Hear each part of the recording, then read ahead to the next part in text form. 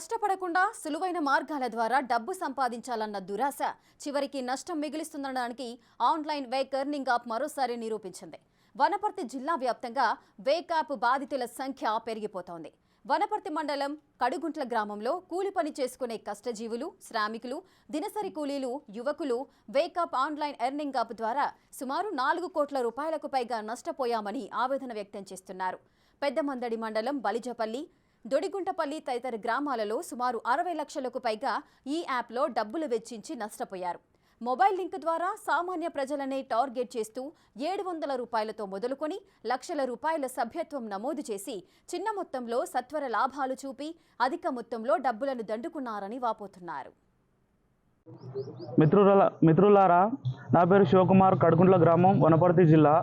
నేను గత 15 రోజుల కింద వేక్ అనే యాప్లో ఇన్వెస్ట్ చేస్తే డబ్బులు వస్తాయని చెప్పని ఇన్వెస్ట్ చేయడం జరిగింది. మొన్న రీసెంట్గా 8,000 స్టార్ట్ చేసిన. నేను డైలీ 1000 రూపాయలు వస్తున్నాయి కదా అని చెప్పని చేసిన. సరే 1-2 డేస్ వచ్చినాయి. తర్వాత మొన్న శివరాత్రి రోజు ఈ బ్రాండీ మేడం అనేటువంటి ఆమె మనకు పెద్ద కుర్చీ టోపీ పెట్టింది. ఆఫర్లతోటి జనాలను ఆశ పెట్టి ఏం చేసిందంటే 6,000 కడితే 24,000 ఇస్తా అని చెప్పని ఫస్ట్ డే ఆఫర్ ఇచ్చింది. అందరు కట్టారు. కట్టిన తర్వాత మళ్ళీ సెకండ్ రోజు ఎంబడే మళ్ళీ రిలీజ్ చేసింది. ఏమని 5,000 కడితే 20,000 ఇస్తా, 3,000 కడితే 12,000 ఇస్తా, 1,00,000 కడితే 8,000 ఇస్తా. ఆమె ఇష్టం వచ్చినట్టు చెప్పుకుంటూ వచ్చింది. చెప్పిన తర్వాత కట్టిన వాళ్ళు కట్టిరు. నేను ఆ రోజు డ్రాప్ అయిపోయినా. ఎందుకంటే ఇదేదో పెద్ద టోపీ లెక్క జరిగేటట్టు ఉందని చెప్పని ఆడికి నేను ఆపేసిన, కట్టలేదు. 6,000 ప్యాకేజ్ వరకే నేను కట్టుకున్నా. ఇప్పటికీ నేను 18,000 కట్టిన. దీంట్లో అమౌంట్ ఇప్పటి వరకు ₹1 నాకు రాలేదు. మీరు కూడా దయచేసి ఈ యాప్ను నమ్మకండి. ఇది 4 రాష్ట్రాలలో నడుస్తుందంట. 2 రోజుల కింద నేను కర్ణాటకలో నా ఫ్రెండ్ ఉంటే ఆయన కూడా నేను ఫోన్ చేస్తే ఈ ఫేక్ యాప్, ఈ బ్రాండ్ మేడం అనేటువంటి ఆమె పెద్ద ఫ్రాడ్. ఈమె ఆడామని తెలియదు, మగోడా తెలియదు, ఈ యాప్ ఎక్కడ పుట్టింది తెలియదు, దీని అసలు ఆనవాళ్ళే లేవు దీనికి. కానీ చైన్ సిస్టమ్ ద్వారా, అంటే ఒక మిత్రుడుండి బాగుంది వేసుకో, బాగుంటుంది నీకు అని చెప్పి అంటే 10,000 15,000 జీతాలు చేసేటువంటి వాళ్ళు, కూలి పని చేసుకొని బతికే వాళ్ళు ఊర్లలో ఉంటే వాళ్ళకేం తెలియదు కదా. పైసలు వస్తున్నాయంటే కూలి పని చేసుకునే వాళ్ళు తోటి తెచ్చి కట్టుకోవచ్చు కదా అని చెప్పని 100-200 దాపెట్టుకొని ఉంటారు. అటువంటి పైసలు కూడా తెచ్చి ఈ యాప్లో ఇన్వెస్ట్మెంట్ చేయడం జరిగింది. చిన్న అమౌంట్. మొన్న శివరాత్రి ప్యాకేజ్ 3,000 రూపాయలు, 3,000 ప్లస్ 5,000 కట్టడం జరిగింది. కట్టిన తర్వాత ఏమైందంటే ఎవరికి అమౌంట్ రాలేదు. పెద్ద ఎత్తున దాదాపు ఒక్కొక్క గ్రామంలో కనీసం 20 లక్షలు 30 లక్షల మంది ఉంటారు. మా ఊళ్ళో టర్నోవర్ దాదాపు 3 కోట్లు నింటది. ఈ విషయం గురించి ఎవరు కూడా బయటకు వస్తలేరు. దయచేసి అందరికీ నేను ఒకటే చేతులు జోడించి మొక్కుతున్నా, మీరు అందరూ బయటికి రండి. బయటకు వచ్చి ఈ బ్రాండీ అనేది ఆమె ఇవి పెద్ద ఫ్రాడ్. ఈమె లేడీయా తెలియదు, మొగోడా తెలియదు.